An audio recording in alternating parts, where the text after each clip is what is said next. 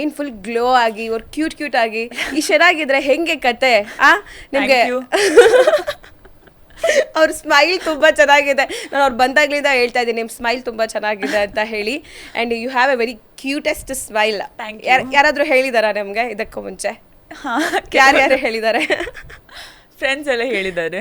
And movie set ಅಲ್ಲಿ ಹೇಳಿದ್ದಾರೆ. ನಂದ್ರೆ ನನ್ನ ಮೇಕಪ್ ಆರ್ಟಿಸ್ಟ್ ಆಗಲಿ ಇಲ್ಲಾಂದರೆ ಸೆಟ್ಟಲ್ಲಿ ಕೆಲವು ಜನ ಬಂದು ಹೇಳ್ತಾರೆ ಈ ಥರ ಸ್ಮೈಲ್ ಚೆನ್ನಾಗಿದೆ ಅಂತ ನಿಮ್ಮದು.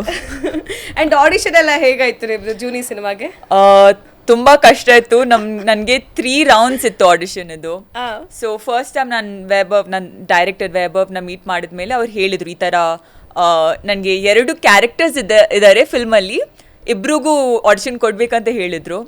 ಮತ್ತು ಲಿಂಕ್ಸ್ ಶೇರ್ ಮಾಡಿ ಆನ್ಲೈನ್ ಆಡಿಷನ್ ಇತ್ತು. ಸೊ ಮನೆಯಲ್ಲಿ ಸೆಲ್ಫ್ ಟಿಪ್ ಮಾಡಿ ಸೆಂಡ್ ಮಾಡಿದ್ದು ಅವರಿಗೆ.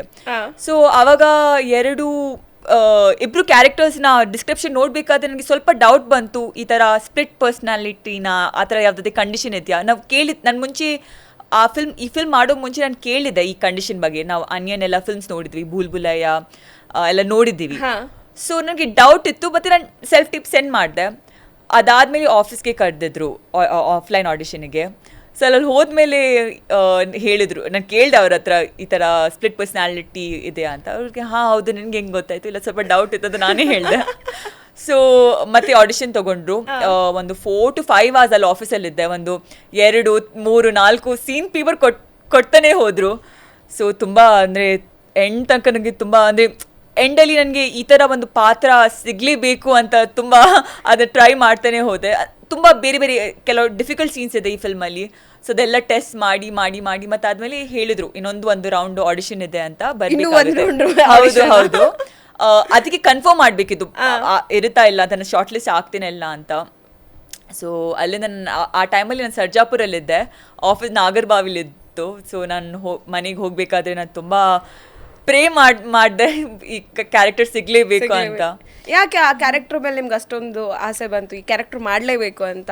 ಸೊ ನನಗೆ ಏನಂದರೆ ನನ್ನ ಕರಿಯರ್ ಸ್ಟಾರ್ಟ್ ಮಾಡಬೇಕಾದ್ರೆ ಆವಾಗನೇ ಒಂದು ಥಾಟ್ ಇತ್ತು ನನಗೆ ಯಾವ ಥರದ್ದು ಕ್ಯಾರೆಕ್ಟರ್ಸ್ ಪ್ಲೇ ಮಾಡಬೇಕಂತ. ಯಾವ ಥರದಂದರೆ ಒಂದು ವೆಲ್ ರಿಟರ್ನ್ ಕ್ಯಾರೆಕ್ಟರ್. ಸೊ ಈ ಥರ ಎಸ್ಪೆಷಲಿ ಫಾರ್ ನ್ಯೂ ಕಮರ್ ಈ ಥರ ಒಂದು ಡಿಫಿಕಲ್ಟ್ ಪಾತ್ರ ಸಿಗೋದು ತುಂಬ ಕಮ್ಮಿ ಫೀಮೇಲ್ ಆ್ಯಕ್ಟರ್ಸ್ಗೆ. ಸೊ ಈ ಥರ ಒಂದು ಪಾತ್ರ ಬರೆದಿದ್ದಾರೆ, ಈ ಥರ ಒಂದು ಕತೆ ಇದೆ ಅಂತ ಗೊತ್ತಾದ್ಮೇಲೆ ಅದು ಈ ಆಪರ್ಚುನಿಟಿ ಸಿಗಲೇಬೇಕಂತ ಒಂದು ಆ ಡ್ರೀಮ್ ಇತ್ತು. ಆ್ಯಂಡ್ ಅದೇ ಇನ್ನೊಂದ್ಸತಿ ಕರೆದಿದ್ರು, ಡಿಫಿಕಲ್ಟ್ ಸೀನ್ ಕೊಟ್ಟರು, ಆಡಿಷನ್ ಕೊಟ್ಟೆ. ಆ್ಯಂಡ್ 2-3 days ಆದಮೇಲೆ ನನಗೆ ಕನ್ಫರ್ಮೇಷನ್ ಸಿಕ್ತು ನನಗೆ ಈ ಪಾರ್ಟ್ ಸಿಕ್ಕಿದೆ ಅಂತ.